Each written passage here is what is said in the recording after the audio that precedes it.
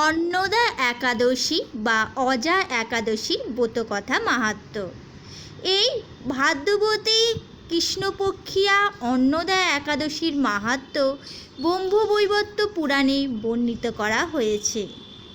মহারাজ যুধিষ্ঠির বললেন, হে কৃষ্ণ, ভাদ্র মাসের কৃষ্ণপক্ষের একাদশীর নাম কি তা শুনতে আমি অত্যন্ত আগ্রহী। শ্রীকৃষ্ণ বললেন, হে রাজন, আমি সবিস্তারে এই একাদশীর কথা বর্ণনা করছি, আপনি একাগ্র চিত্তে শ্রবণ করুন। ভাদ্র মাসের কৃষ্ণপক্ষের একাদশীর নাম অন্নদা। এই তিথি সর্বপাপ বিনাশিনী। যিনি শ্রীহরির অর্চনে এই ব্রত পালন করেন তিনি সর্বপাপ মুক্ত হন। এমনকি এই ব্রতের নাম শ্রবণেই রাশি রাশি পাপ বিদূরিত হয়ে যায়। এই ব্রত প্রসঙ্গে একটি পৌরাণিক ইতিহাস আছে। প্রাচীনকালে হরিশ্চন্দ্র নামে এক নিষ্ঠাপরায়ণ সত্যবাদী চক্রবর্তী রাজা ছিলেন। পূর্ব কর্মফল ও প্রতিজ্ঞার সত্যতা রক্ষায় তিনি রাজ্যভ্রষ্ট হন। অবস্থা এমন হলো যে তিনি নিজের স্ত্রী, পুত্র ও অবশেষে নিজেকে পর্যন্ত বিক্রি করতে বাধ্য হলেন। হে রাজেন্দ্র, এই পুণ্যবান রাজা চণ্ডালের দাসত্ব স্বীকার করেও সত্য রক্ষার্থে দৃঢ়নিষ্ঠ প্রদর্শন করেছিলেন। তিনি শ্মশানে মৃত ব্যক্তির বস্ত্র কর রূপে গ্রহণ করতেন। এইভাবে বহু বছর কেটে গেল। দুঃখ সাগরে নিমজ্জিত হয়ে কি করি, কোথায় যাই, কিভাবে এই দুর্দশা থেকে উদ্ধার পাই, এই চিন্তায় দিন রাত্রি তিনি বিভোর হলেন।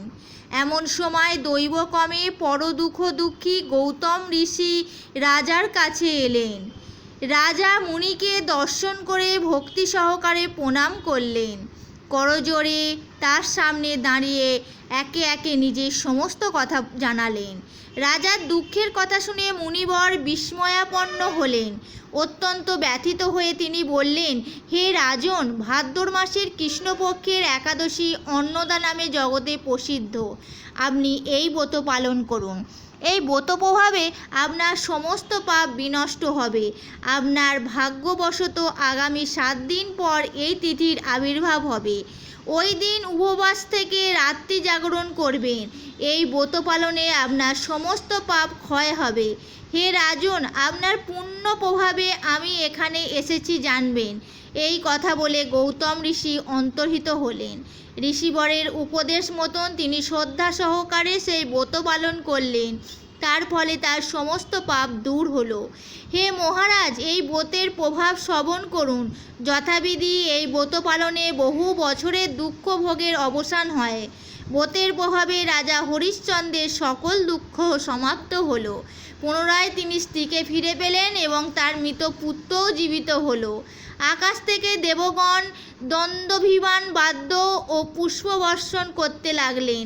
নিষ্কণ্টক রাজ্য সুখ ভোগ করে অবশেষে আত্মীয় স্বজন ও নগরবাসী সহ স্বর্গে গমন করলেন। যে মানুষ নিষ্ঠা সহকারে এই ব্রত পালন করেন তিনি শ্রীহরির চরণে ভক্তি লাভ করে অবশেষে দিব্যধামে গমন করেন। এই ব্রতের মাহাত্ম্য পাঠ ও শ্রবণে অশ্বমেধ যজ্ঞের ফল লাভ হয়। হরে কৃষ্ণ কৃষ্ণ কৃষ্ণ হরে হরে, হরে রাম রাম রাম হরে হরে।